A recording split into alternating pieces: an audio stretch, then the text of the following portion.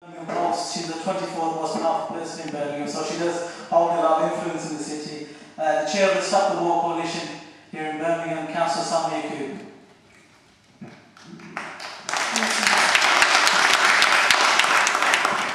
Well, I'm sorry I've been bugging you with you, but I'm here today because I care about Birmingham. I'm here because I wanted a cross-party, a cross-community discussion about this absolutely vital issue.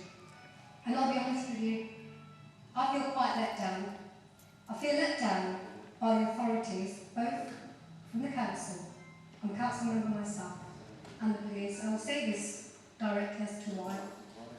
When we knew that the EDL were coming in, I had meetings with the community cohesion officers before the meeting, saying what the concerns were. It's not a new organisation. We'd seen what happened in Luton, we'd seen what happened in other places. It was not rocket science to predict what would happen on the 8th of August. I said, can we please, the minimum, because I too believe in the freedom of speech. Actually, I've offended people who are extremely hostile to my personal self and my beliefs. I totally uphold that. But when it comes to public safety, you have every right to intervene. And I was very saddened that you chose, this is the police, on the day before, on a Friday, before the Saturday, the official media press conference, Matt Ward, your representative, said the EDL claimed to be a non-racist organisation and left it at that. Adrian Goldberg doesn't work for MI5, he hasn't got any secret information, yet he was able to dig up two very pertinent links which predicted what would happen. And I know the police knew that. And yet to go out to the media, not only not reflect the concerns, and it's very easy for you to say, we know what they are, we know what the associated history is, and we urge calm.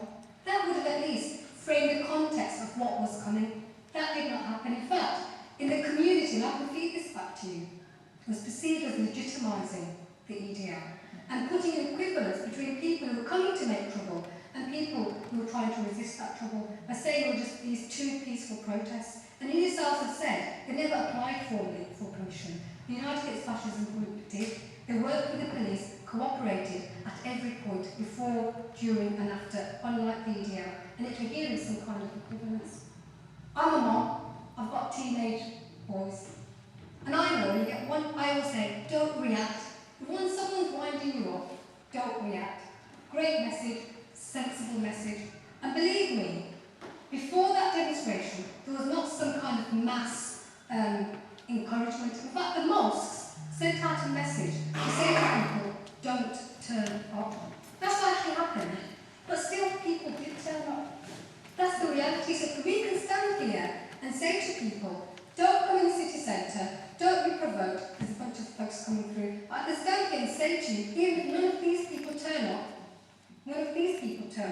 there'll be a lot of people still turning up. And the question is, we cannot dodge our responsibility. And I was put in a personal dilemma about this. I was asked by the police on the Thursday before, will you come along and help to calm things down? I was asked to be there.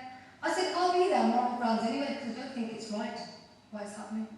And I stood and I said, these are our streets, black, white, Asian, everybody, and we must not allow ourselves to be provoked. Because on the internet chapter, that's what they said. They said, we want images of police beating up white people, Asian Pakis beating up white people, and that will get us more support. We know that's their agenda, and of course we'd say to people, do not react to that provocation. But this is still going to happen. Let's be realistic, and how do we manage that situation? And I'm still disconcerted because the message I'm still hearing is, just stay away, as if that is going to magically solve everything. I wish it would, but it's not. Well, the message I haven't heard is, to the EDL, you stay away. When are we going to hear that?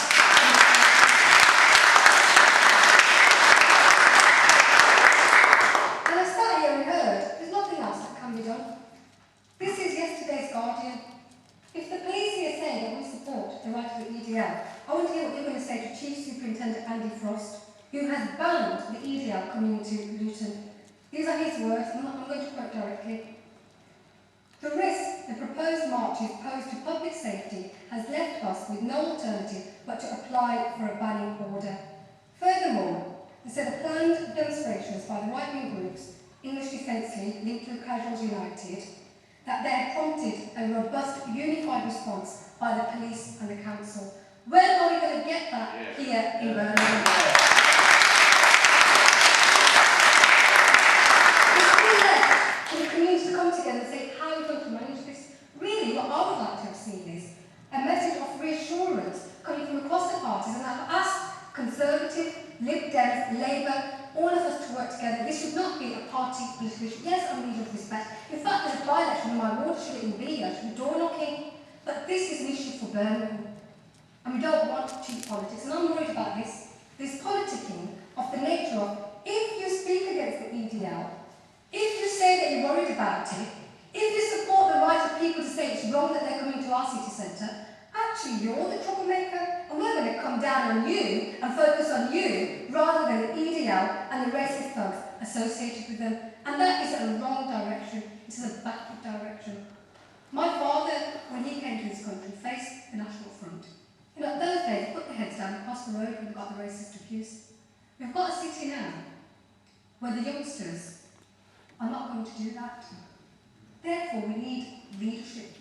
Not to leave them to it, because if there's a vacuum, then they too will become prey for experiences. That's my worry. If we just say, well, we'll do the sensible thing, we're keeping away, who's going to give the guidance and the leadership to those who do turn up? And this is what I'm seriously concerned about. And that's why I support wholeheartedly Adrian Goldberg's initiative. Because it should not be Muslims against the EDL. No, yes, at the moment, they're saying they're against Islamic extremism. I'm against Islamic extremism. When 7/7 happened, I was with the organisers of the thousands who turned up in our city centre and said, not in our name, united in peace, united in grief. So I'm consistent. Yes, I'm against the war. Yes, I'm against certain policies that happen from our government. But we want peace. And we don't be inconsistent, and we don't have double standards about that. And I'm saying in Birmingham, all these lovely platitudes, we love Birmingham, multiculturalism, diversity, a sensitive issue comes along. Silence. Where have the press statements been? Alan Rudd is head of equalities. Where is his statement, apart from saying there were two bunch of idiots type thing, and that's all that happened? No, that's not all that happened. The communities are still feeling vulnerable. We have not had that reassurance, and people are feeling they're not being cared for. We're coming along, and I've seen people in the audience here who said, we will help. We stuck our necks out, said we will help and do whatever we can. Our person received death threats following that from people who supported and fell to the propaganda that the EDL put out afterwards. So this is not an easy thing for me to do. As a politician in Birmingham right now, the easy thing for me to say is, guys, let's not do anything. That's the easy thing to do. The difficult thing to do is say, if you say you're against racism, can we have some real action? I don't want there to be a need for a counter demonstration. And my real urge, my request today is, can the police, in conjunction with the leadership of the council, have a banning order so the EDL get a clear message? There's a clear message to the communities, we have listened, we do care, and your safety is our primary concern. They can do it in Luton, they can do it in Birmingham.